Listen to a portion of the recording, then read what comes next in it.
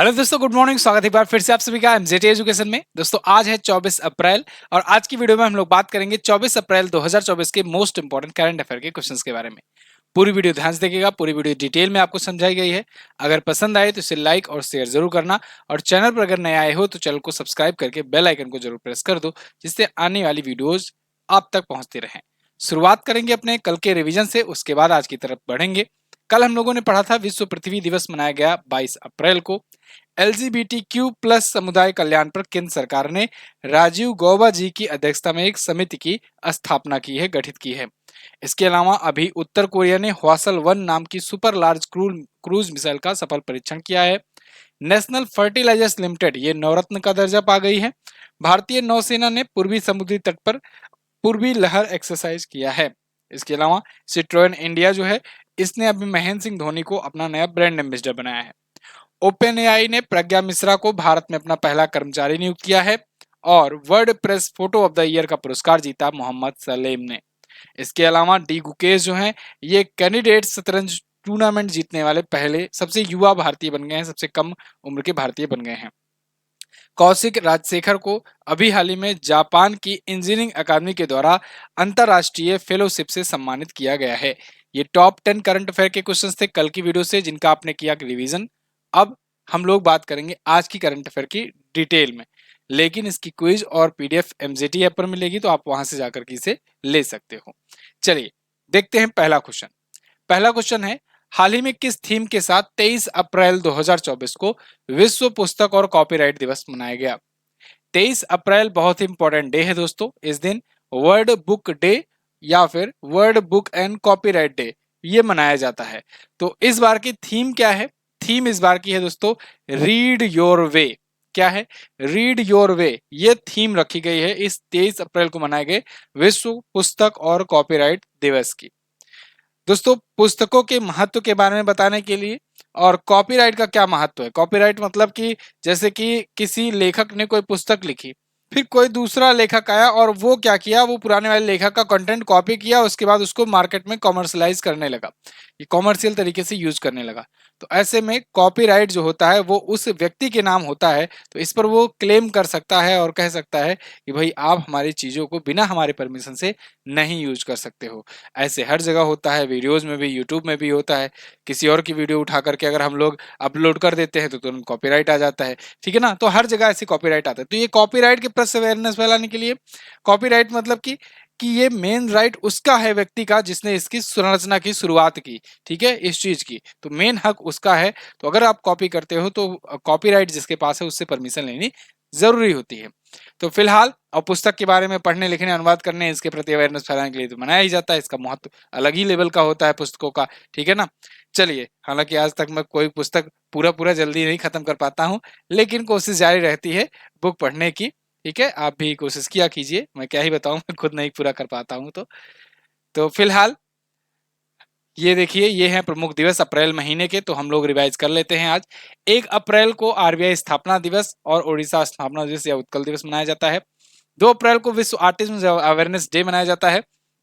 1 से 7 अप्रैल अंधता निवारण सप्ताह। 4 अप्रैल को अंतर्राष्ट्रीय खनन जागरूकता दिवस। 5 अप्रैल को राष्ट्रीय समुद्री दिवस। 7 अप्रैल को विश्व स्वास्थ्य दिवस। 10 अप्रैल को विश्व होम्योपैथी दिवस। 11 अप्रैल को राष्ट्रीय सुरक्षित मातृत्व दिवस मनाया गया। 12 अप्रैल को मानव अंतरिक्ष उड़ान का अंतर्राष्ट्रीय दिवस मनाया गया। 14 अप्रैल को विश्व चगास रोग दिवस मनाया गया। 14 अप्रैल को ही विश्व क्वांटम दिवस मनाया गया। और 14 अप्रैल को अंबेडकर दिवस मनाया गया। इसके अलावा 16 अप्रैल को भारतीय रेलवे दिवस मनाया। और 17 अप्रैल को विश्व हीमोफीलिया दिवस। 18 अप्रैल को विश्व विरासत दिवस। 19 अप्रैल को विश्व लीवर दिवस मनाया गया। इसके साथ ही 21 अप्रैल को मनाया गया राष्ट्रीय सिविल सेवा दिवस। 22 अप्रैल को पृथ्वी दिवस और 23 अप्रैल को विश्व पुस्तक और कॉपीराइट दिवस। ये साथियों अप्रैल महीने के अभी तक आए हुए महत्वपूर्ण दिवस थे, जिनका आपने सबने रिवीजन किया। हर तीसरे चौथे दिन आपका रिवीजन करवा देता हूं, तो जिससे आप रिकॉल करते रहो, चीजें आपके दिमाग में बैठती रहें। अगला क्वेश्चन, अप्रैल 2024 में किसको एएसआई का आर्यभट्ट पुरस्कार प्रदान किया गया। तो एएसआई का यानी आर्कियोलॉजिकल सर्वे ऑफ इंडिया का आर्यभट्ट पुरस्कार अभी हाल ही में दिया गया डॉक्टर पावुलूरी सुब्बा राव को। किसे? डॉक्टर पावुलूरी सुब्बा राव, पी सुब्बा राव कह सकते हो, तो इनको दिया गया है। ये दोस्तों इसरो में वैज्ञानिक थे, इसरो में साइंटिस्ट रह चुके थे और इन्होंने आगे चल करके अनंत टेक्नोलॉजीज नाम से कंपनी बनाई और उसके सीईओ और चेयरमैन है वर्तमान समय में। तो इनको इनके विज्ञान के प्रति इनका जो योगदान रहा है भारत के लिए, उसको पहचानने के लिए ये पुरस्कार दिया गया है, आर्यभट्ट पुरस्कार दिया गया है एएसआई का। क्लियर है ना? तो चलिए, तो इसरो में ये काम कर चुके हैं, इसरो के साइंटिस्ट रह चुके हैं। अब पिछले दिनों में कौन कौन से पुरस्कार सम्मान आए हैं उनका रिवीजन कर लेते हैं। आज साथियों बहुत रिवीजन पॉइंट्स लिए गए हैं, तो वीडियो को आप अंत तक देखिएगा, कॉपी पेन लेकर के बैठिएगा। तो आचार्य लोकेश मुनि को अभी अमेरिकी राष्ट्रपति का गोल्ड वॉलंटियर सर्विस पुरस्कार दिया गया। डॉक्टर निकेश जैन माधानी को glamour and life style award मिला। इसके अलावा डॉक्टर कार्तिक कोमरी को राष्ट्रीय प्रसिद्धि पुरस्कार मिला। प्रोफेसर मीना चारांदा को अंतर्राष्ट्रीय संस्कृति पुरस्कार मिला। विजय जैन जी को मिला वही टाइम्स पावर आइकॉन का अवार्ड। और मिशेल टेलाग्रैंड को एबल पुरस्कार मिला, मैथ के लिए जो दिया जाता है। उदय भाटिया और मानसी गुप्ता को डायना मेमोरियल अवार्ड मिला।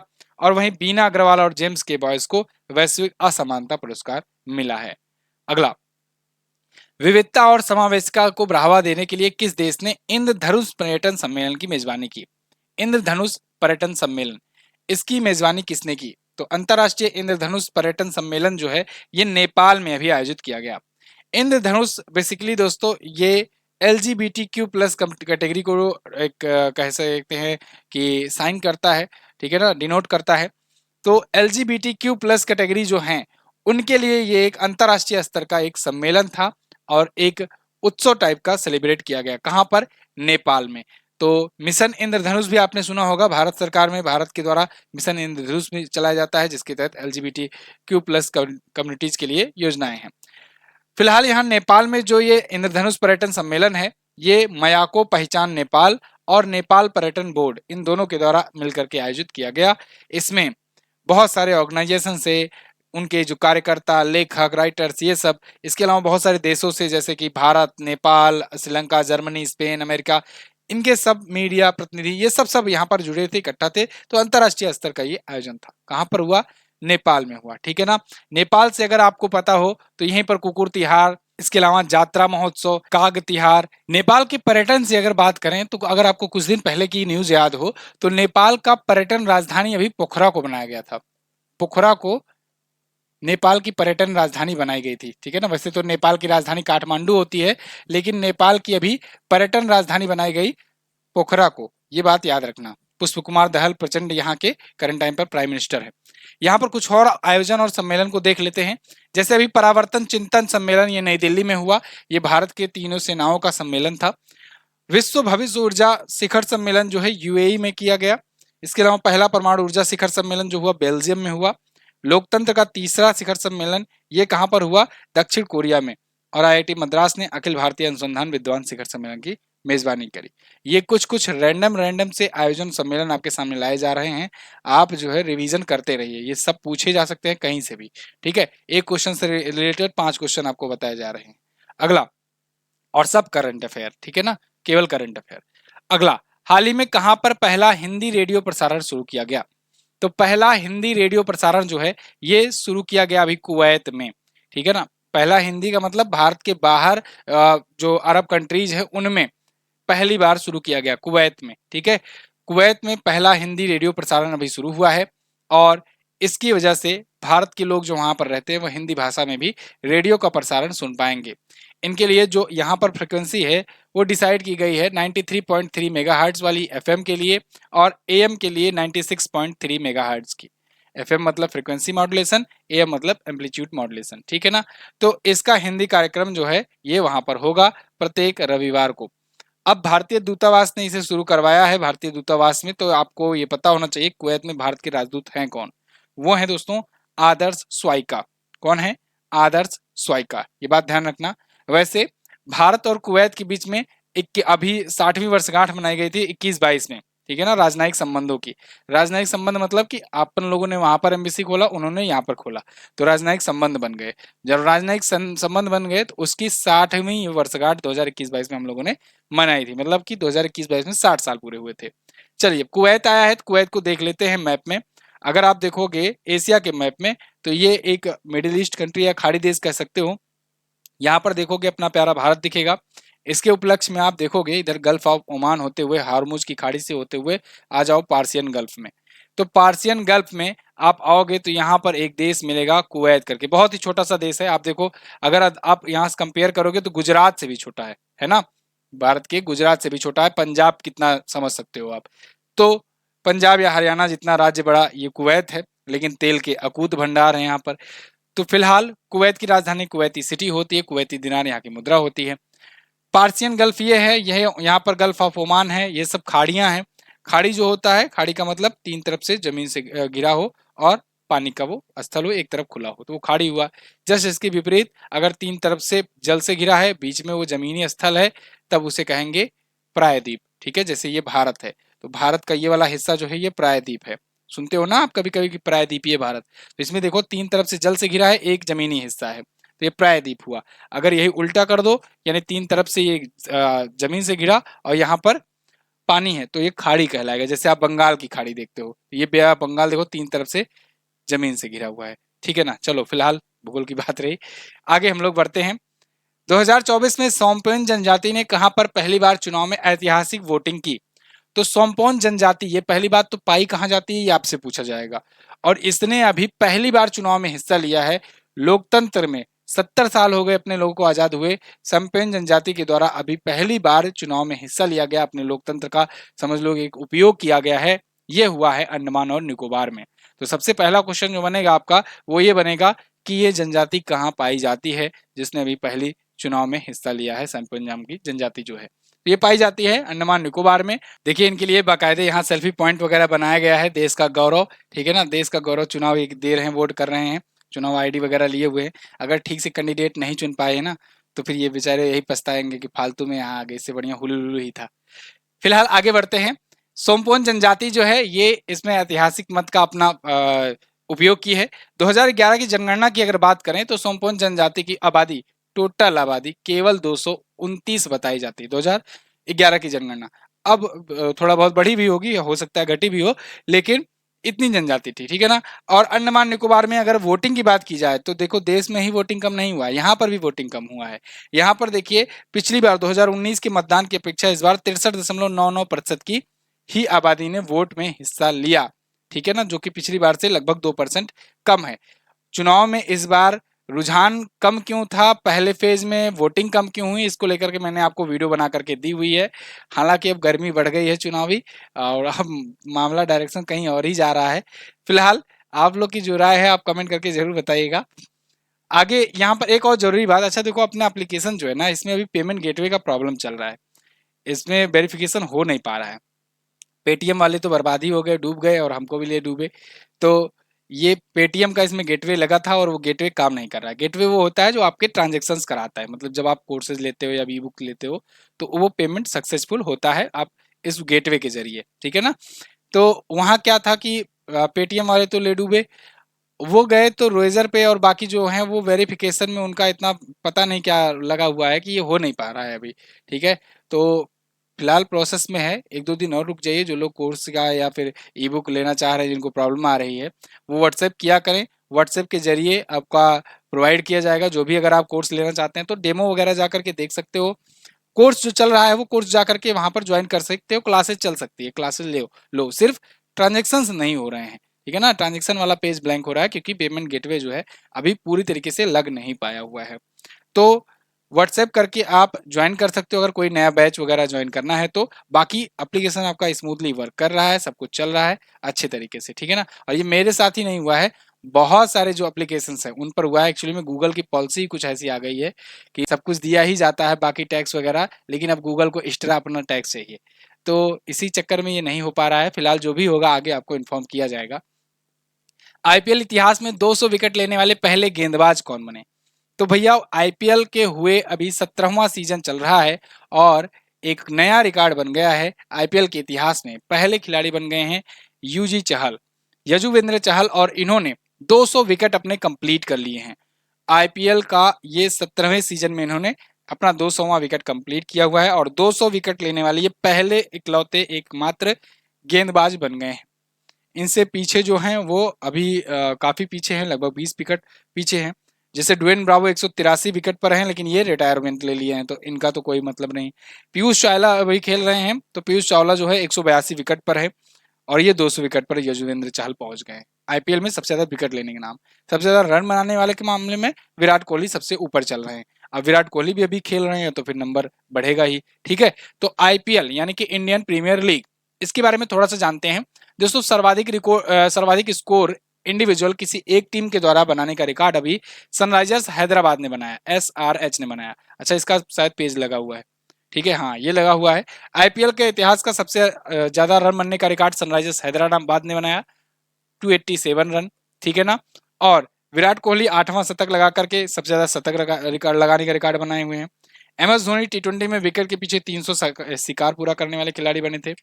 LSG जो है, इसके तेज गेंदबाज मयंक यादव ने सबसे तेज आईपीएल की गेंद फेंकी 2024 की। ठीक है ना।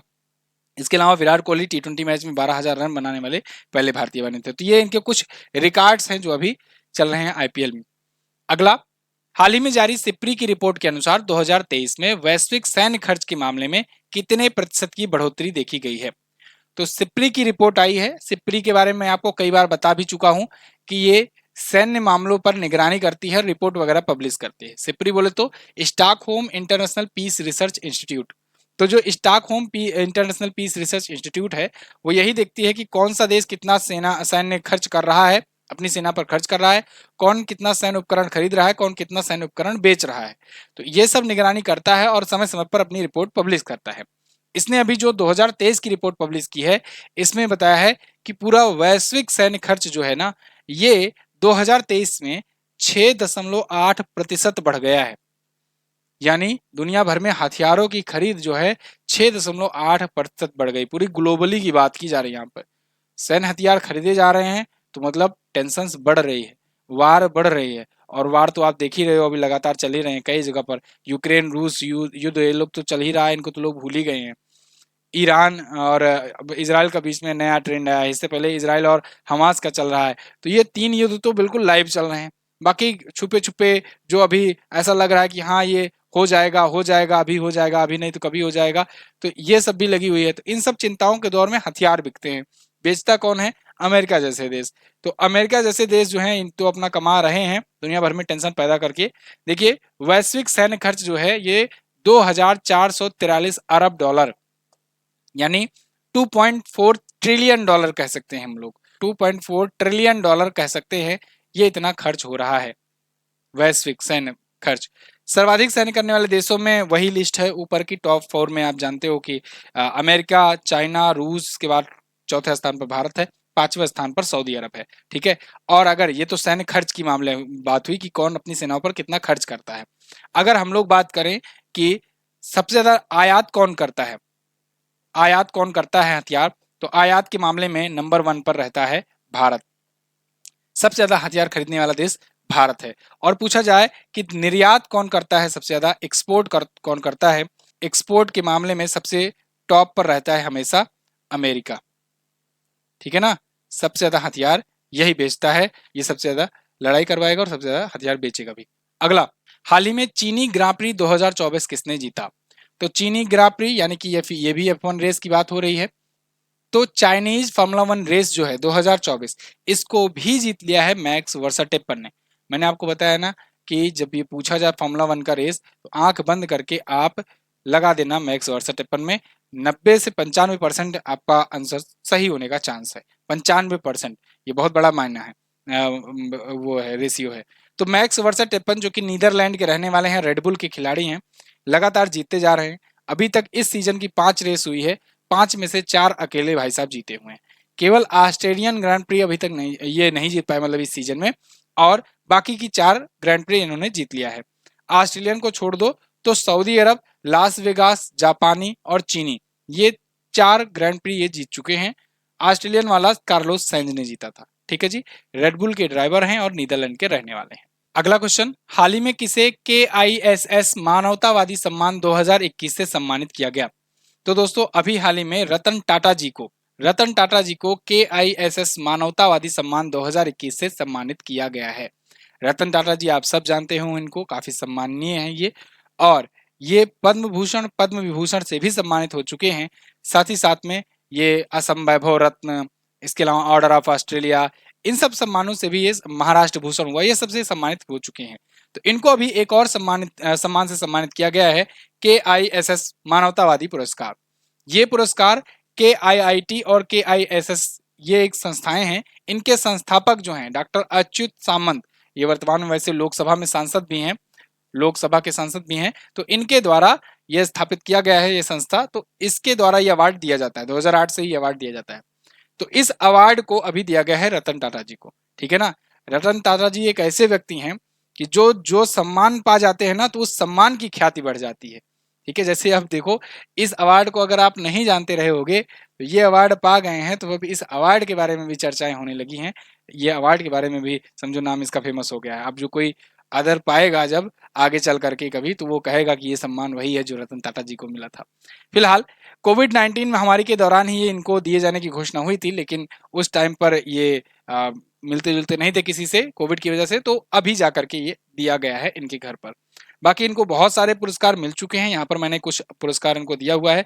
सन पूछा जाता है, ठीक है ना, कभी कभी ईयर पूछ लिया जाता है। जैसे पूछ लिया जाएगा, बताइए रतन टाटा जी को पद्म विभूषण से कब सम्मानित किया गया, तो वो आपको बताना है कि 2008 में, पद्म भूषण से 2000 में, ऐसे ऐसे, ठीक है। चलिए, तो असम वैभव रत्न पाए थे, ये पहली बार असम वैभव रत्न इन्हीं को मिला था। अगला लास्ट क्वेश्चन है, हाल ही में ATP बार्सिलोना ओपन 500 एकल का खिताब किसने जीता है? तो ATP यानी कि एसोसिएशन ऑफ टेनिस प्रोफेशनल्स, तो बार्सिलोना ओपन का ATP 500 एकल जो है ये जीत लिया है किसने? इसको जीत लिया है कैस्पर रूड ने। कैस्पर रूड ने जीता हुआ है, जो कि कहाँ के हैं? नॉर्वे के हैं।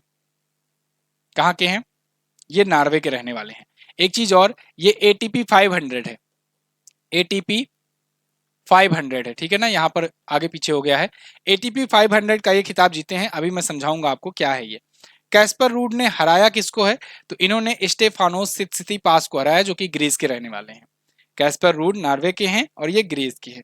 ये दुनिया के 6ठे नंबर के खिलाड़ी हैं। अच्छा जी, अगर बार्सिलोना ओपन की बात करें तो ये भी मिट्टी के मैदान पर खेला जाता है। मिट्टी के मैदान पर कौन सा ग्रैंड स्लैम खेला जाता है, ये आप कमेंट करके मुझे बताओगे। ये क्ले कोर्ट यानी मिट्टी के मैदान पर खेला जाता है और 500 पॉइंट वाला ATP इवेंट है। अब समझो ATP क्या है। ATP यानी कि होता है एसोसिएशन ऑफ टेनिस प्रोफेशनल्स, ठीक है। एक और टर्म है WTA, इसको भी समझते चलो, विमेन्स टेनिस एसोसिएशन।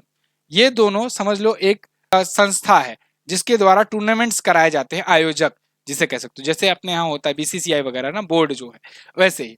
तो जब पुरुषों का कराया जाना होगा तो वो ATP कराएगा, पुरुषों का जितना टूर्नामेंट होगा वो ATP कराएगा, एसोसिएशन ऑफ टेनिस प्रोफेशनल्स। महिलाओं का जो होगा वो WTA कराएगा, विमेन्स टेनिस एसोसिएशन। अब इसमें होता है 1500 ये सब टाइप का।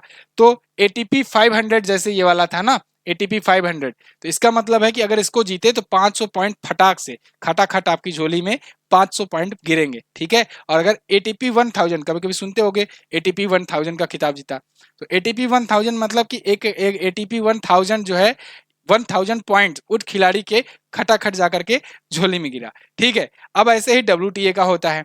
कजाकिस्तान की एलेना राबकीना जो है ये WTA स्टारगर्ट ओपन में एकल का खिताब जीती हुई हैं। इन्होंने हराया मार्टा कोस्ट्यूक को, जो कि यूक्रेन की हैं, ठीक है जी। तो WTA महिलाओं का होता है और ये ATP पुरुषों का। ये थे टॉप 10 करंट अफेयर के क्वेश्चंस। आई होप आपको वीडियो पसंद आई होगी। अगर वीडियो पसंद आई है तो इसे लाइक कीजिएगा, शेयर कीजिएगा अपने साथियों के साथ, और इसके अलावा चैनल पर अगर नए आए हो चैनल को सब्सक्राइब कर लो। टॉप 10 करंट अफेयर आपको डेली मिलता रहेगा डिटेल एक्सप्लेनेशन के साथ। कल मैंने आपसे क्वेश्चन पूछा था, धनलक्ष्मी बैंक का मुख्यालय कहाँ है? तो त्रिशूर में है। इसके अलावा अंतरिक्ष में निगरानी रखने के लिए इसरो अध्यक्ष द्वारा उद्घाटन किए गए दिगंत तारा का CEO किसे बनाया गया है? तो ये बनाया गया है अनिरुद्ध शर्मा को। आज आपको क्या बताना है? आज आपको बताना है 22 अप्रैल को मनाए गए विश्व पृथ्वी दिवस की थीम क्या रखी गई है, ये बता दो। इसके अलावा वर्तमान में भारत की कुल कितनी नवरत्न कंपनियां हैं, ये भी बताइएगा। चलिए, बहुत बहुत धन्यवाद आप सभी का यहाँ तक वीडियो देखने के लिए। मैं मिलूंगा आपसे अगले दिन की वीडियो में, तब तक के लिए खुश रहिए, मुस्कुराते रहिए। नमस्कार, जय हिंद, वंदे मातरम।